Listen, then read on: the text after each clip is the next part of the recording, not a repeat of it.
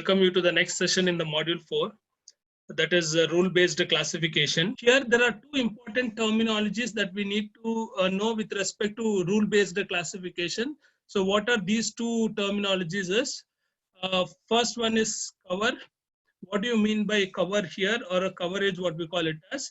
So the definition for cover is rule Ri covers a record Xi whenever its precondition satisfies the attributes of Xi.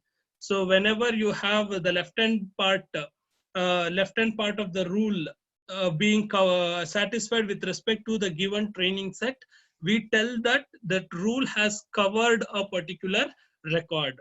Is it clear? So this coverage we will be talking with respect to the rule that is written. So a rule covers a record if its left-hand side part, that is antecedent part, or we also call it as precondition. So that satisfies the attribute Xi. And then the next term that we need to know is trigger. So this trigger, we define this with respect to the record. Okay. So the definition for this trigger is a rule is said to be triggered or fired when it covers a particular record Xi. So cover and trigger, or covers or triggered, are the two important terminologies that you need to know. When I say cover, it is with respect to the rule I am talking. A rule covers the record. When I say trigger, I am talking it from the perspective of the record. A record has triggered the rule. So this is about your coverage and trigger.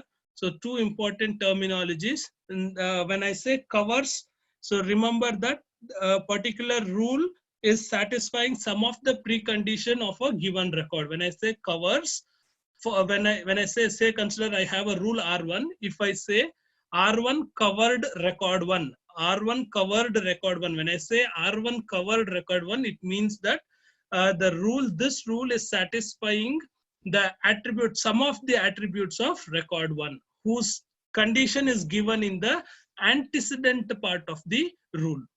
And when I say triggered, which means that if I have a record and that record is able to find the label. I have a record that is in the test data. I will have several records being given, right? Which we have to find the class label.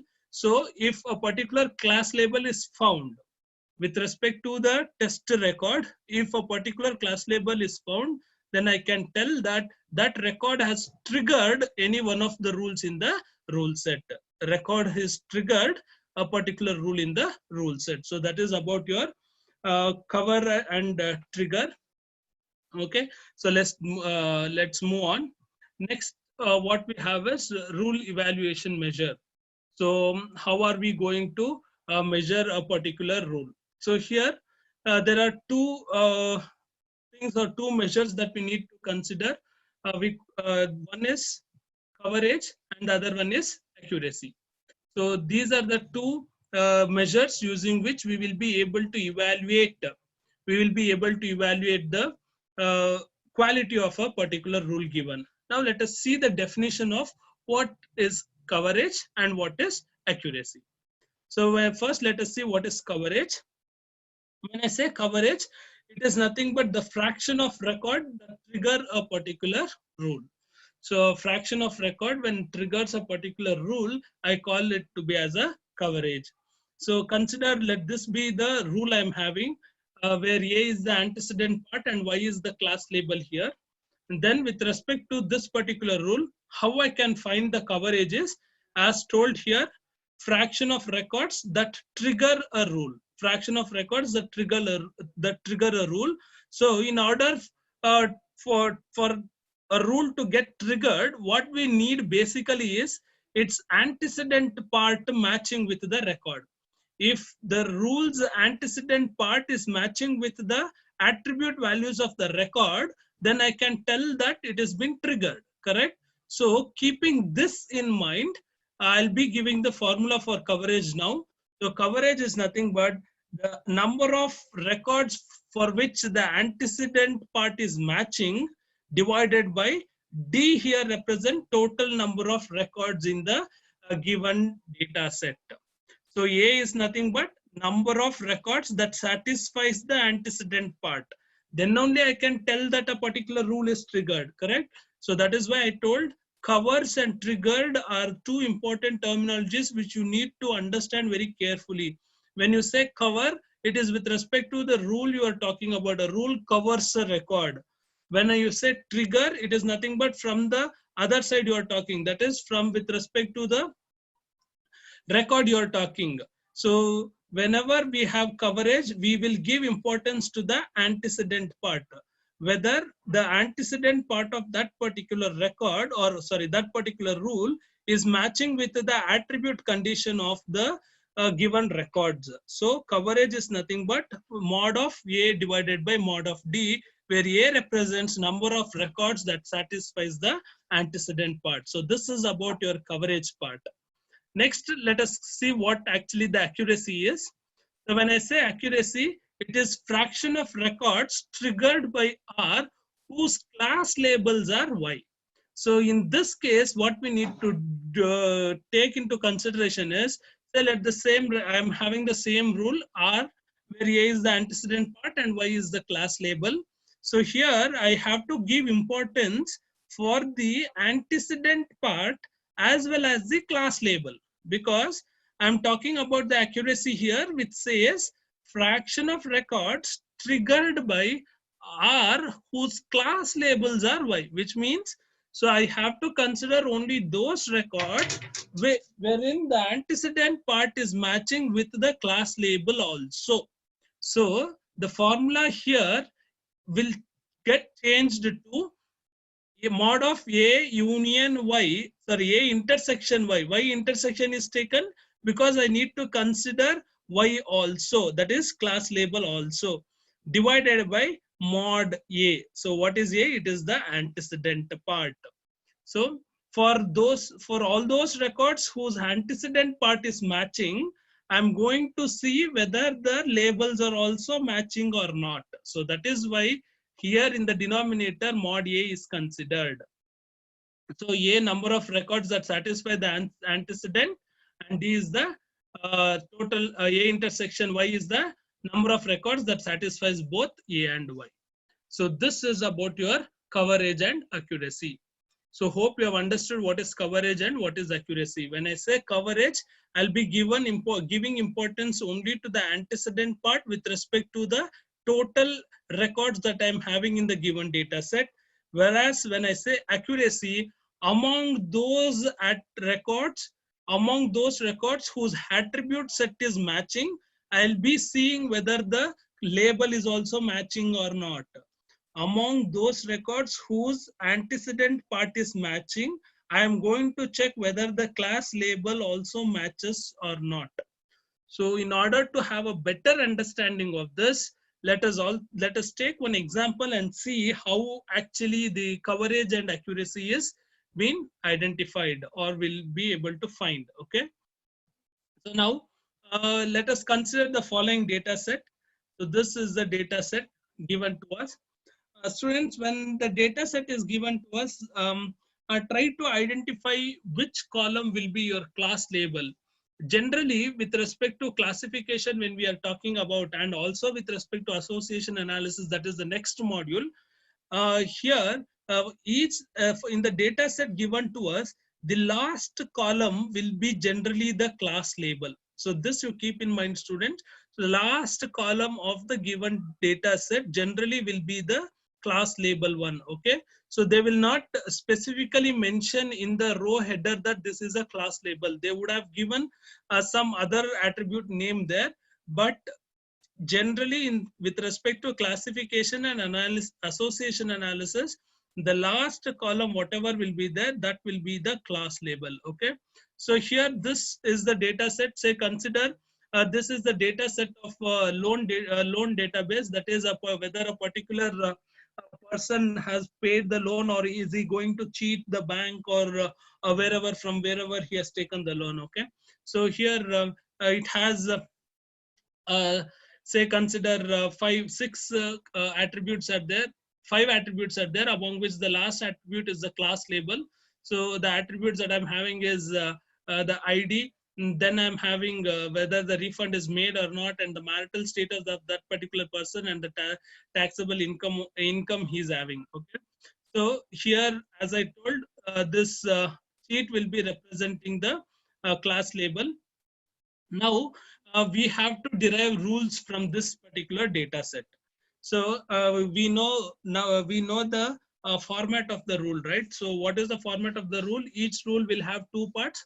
Left hand part is called as antecedent, rule antecedent, and the right hand side part is called as the class label. As you can see here, each RI, each rule RI will be having two parts. Left hand side part antecedent, which is nothing but the combination of attribute and value pair, attribute value pair, whereas the right hand side part is the class label. So this is the way in which we'll be deriving the rules. So here there is no actually a particular way in which the rules to be derived. In general, what we can consider as the minimum number of rules that we are having will be equal to the number of class labels we are having. Minimum, I am talking about minimum rules, how many rules that you need to have. So minimum number of rules will be equal to the number of class labels that I'm having. As you can see here, this cheat column, as I told, this is the class label part. Here we can consider that this is a binary object, right? Binary attribute. This cheat column is a binary attribute. That is because we are having the values as yes, no, that's all. Correct? So this is nothing but a binary attribute, and I can tell that there are only two class label. One is yes and the other one is no. So a minimum rule that we have to derive for this particular data set will be how many? It is 2. So keep this in mind. How many rules should be there? It can be n number of rules depending upon the attribute values. So how many attributes are there? Based on the attributes, you can consider or you can derive the rules. But there is a minimum. Is there any minimum count? Yes, we can have minimum as a restriction on ourselves. That is here minimum, I'll take it as equal to the number of class labels present. Since I have two class label here, that is one is yes and the other one is no. Minimum I will have two rules. Okay, so say consider I'll be deriving the rule for this particular data set. Let the first rule be this R1. I'm having an attribute value pair. Refund is equals to yes. See, if refund wherever, if the person has refunded, then it means that he is not going to cheat. The cheat is no. Just check in this particular table wherever refund is the refund and it is equal to yes. So it is refund here and yes. What is the class label? No. So refund yes, class label is no. Again refund yes, class label is no. So this I will take as one rule. That is whenever refund will be equal to yes, then it means that that particular record will have the class label as no. Okay, so this is the first rule that is I have derived. Let the next rule, I'll derive one more rule. So here I have taken two attributes. So now the first attribute tells that refund is equals to no, as well as marital status is married. If you have for the attribute, if you are having no, for the attribute refund, if you are having no, and for marital status attribute, if you are having married, then the class label is no. Let's see in this particular table whether this is getting satisfied. So refund no, here I have refund no, marital status is married, okay, then cheat is no, yes. So this is fine, right? So similarly check another record. So I'm going to check the third record now. Refund is no. Marital status is single. Correct? Marital status is single. Class label is no. Fine, no problem. This rule I have not derived. I have derived a rule for marital status married. So I'm going to check. So whether if these two are matching, the class label should be no. That is there or not, you just check. So now here I have one more record, that is record number 6, which refund is no. Marital status is married and the class label is no. Correct. Again one more, yes, I can find here. Refund is no, marital status is married, cheat is no. So this rule is covering some of the records, right? So this rule is valid rule. Okay, so just check whether the rule covers the record or not. If it is covering, then fine. If it is not covering, then it is of no use. Don't use such rules which does not cover the records, given records. So let me derive one more rule. with three attributes, all the three attributes taken together. So annual income here is nothing but the taxable income, what I've meant. Okay, so refund is no, and marital status single, as well as annual income is greater than 80. I've taken that the class label should be yes. Just check whether this rule is covering any of the record here. Just check it. Refund no, and marital status single. Check for single, yes. Marital status single is here, and income should be greater than 80. So here income is not greater than 80. So this is not the record I'm talking about. Just check some other records where marital status is single. So here I have marital status single. Okay, the middle conjunct is satisfied. The refund is no, so the first conjunct is satisfied. Also check for the taxable income or annual income. Yes, it is greater than 80. So class label given is yes. Okay, so this rule is covering some of the records here. Correct? So say consider these are the three rules I have derived. Students, again remember, there is no particular rule for deriving the rules. Okay, so you can derive the rules based on the decision tree that you have learned earlier. You can derive the rules based on your observation from the given data set, right? So if you are deriving the rules based on your observation from the given data set, then such rules are said to be direct method of deriving the rules. Suppose you have constructed a decision tree, which you have learned in the previous sessions, and from the decision tree, if you are deriving the rules, then that is called as indirect way of deriving the rules. So there are two ways in which you can derive the rules. One is direct way and the other one is indirect way. So direct way is through your observation from the table. Indirect way is from some other means. The other means it can be the decision tree, because we have already studied about the decision tree. So now say I have these three rules derived, and also we have checked that it is covering some of the records, right? So these rules covering records. Now what we do is, let us see what is the coverage and accuracy part of each of these rules. Okay, based on the given data set, what is the coverage and accuracy part? So I think you can take snapshot of this particular slide here. Okay, so in the next part, I'll be dealing with how you will find the coverage and accuracy for the given rules and the data set. Okay, so let me go further. To find the coverage and accuracy, consider let the same thing be the same data set I've considered. Okay, so you know the coverage and accuracy formula also. In coverage, mainly we deal with the antecedent part, whereas in accuracy, we'll deal with antecedent as well as class label. So let the formula be this. So this is the formula that we have taken, right? Okay. So let us consider first rule. So first rule was refund is equals to yes, class label is no. Right? This is the first rule which we have derived earlier. Now consider the coverage part. As I told, for coverage, what we need mod A and we need mod D. Correct? For coverage part, we need mod A and mod D. So mod D is what? It is nothing but total number of total records present in the data set. As you can see here, it is already numbered. There are 10 records. So mod D value will be 10. Now I have to find mod A value. So what did I tell mod A? It is nothing but number of records whose antecedent part in the rule is getting matched. Number of records in this data set for which the antecedent part is getting matched. So what is antecedent part? Antecedent part here is refund is equals to yes. So see in the database or in the given data set where how many refund is equals to yes we have. So this is 1, 2, and 3.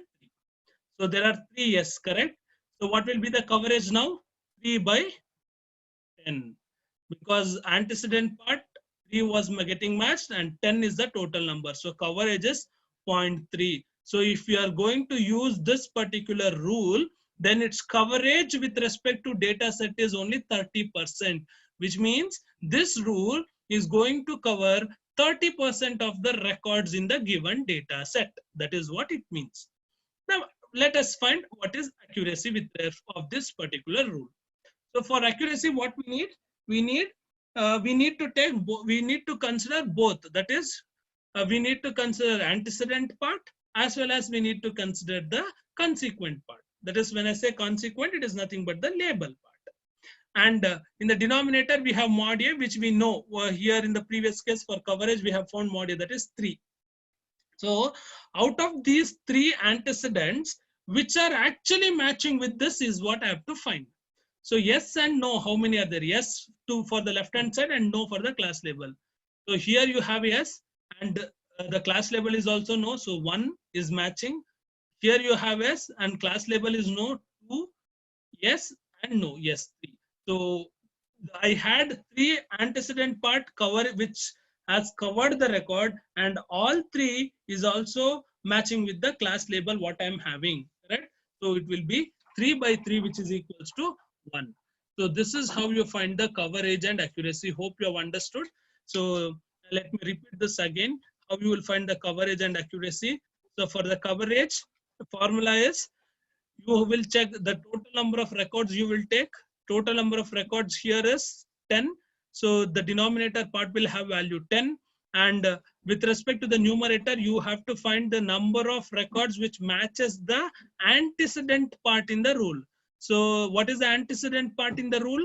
It is refund is equals to yes. So check in this particular data set, how many records is having refund is equals to yes. That's all. That is what you have to do.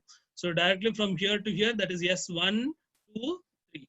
So there are 3 records in this data set in which I am having the precondition matching. Precondition is nothing but antecedent part. So it is nothing but 3 by 10.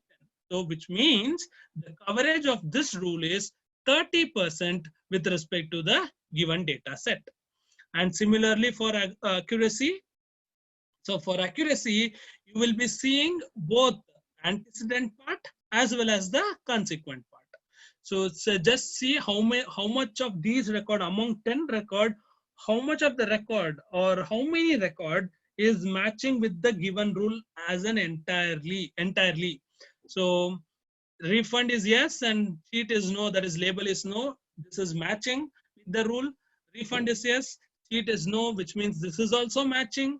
Refund is yes, again cheat is no, so this is also matching. So among the 3 records whose antecedent part is matching, I have all the 3 records for which the consequent is also matching, so which will be 3 by 3, which is equals to 1, which means accuracy of this particular rule is 100%. Why it is 100%? Because I have 3 rules for which antecedent part is matching. For all those 3 rules, I have consequent also matching. Therefore, the accuracy is 100%. So hope you have understood now how to find the coverage and accuracy, right? So let's move on for the next rule and see what is the coverage and accuracy of it. The second rule tells that refund is no, antecedent part is refund is no, marital status is married, and the class label is no. So let us take first coverage. For coverage, what I have to first take, anyhow denominator part will be same, it won't change because the number of records here is 10, so it will not change at any cost. Okay, so now let us see how much of these record will have matching antecedent part, matching antecedent part. So refund no, marital status married, so I have 1 matching record found, 1 matching record. Is there any? Yes, I have found second matching record. Is there any other record? Yes, I have found 3 matching records. Okay, I have 3 matching records with respect to antecedent part only. So it will be now what will be the coverage? Coverage will be 3 by 10. Again, this rule is also having 30% coverage. So the rule is having 30% coverage. And now, so we shall go for the accuracy part. When I say accuracy, we have to consider the label part also. So let me see how many of these record is getting covered by the rule, the entire rule, including the label part. So I have found 1 match here in the data record. Let me see, is there any other match? Yes, I got the second match also. Let me see for the third one. Yes, I have third one also. So among the 3 records for which the antecedent part was matching, I also have the consequent part matching, getting matched. Therefore, again, the accuracy will be 3 by 3, which is equals to 1. That is 100% accurate. With this rule is also 100% accurate with respect to the given data record or given data set. So this is how you find the coverage and accuracy. And for the first rule also, we have coverage equal to 30%, accuracy equal to 100%. Second rule is also having coverage 30%, accuracy to be 100%. Okay, so let's move on to see the third rule and find the accuracy and the coverage of it. So coverage is nothing but antecedent part. I have to find the matching antecedent part, correct? I have to find the matching antecedent part. So how many of them are matching?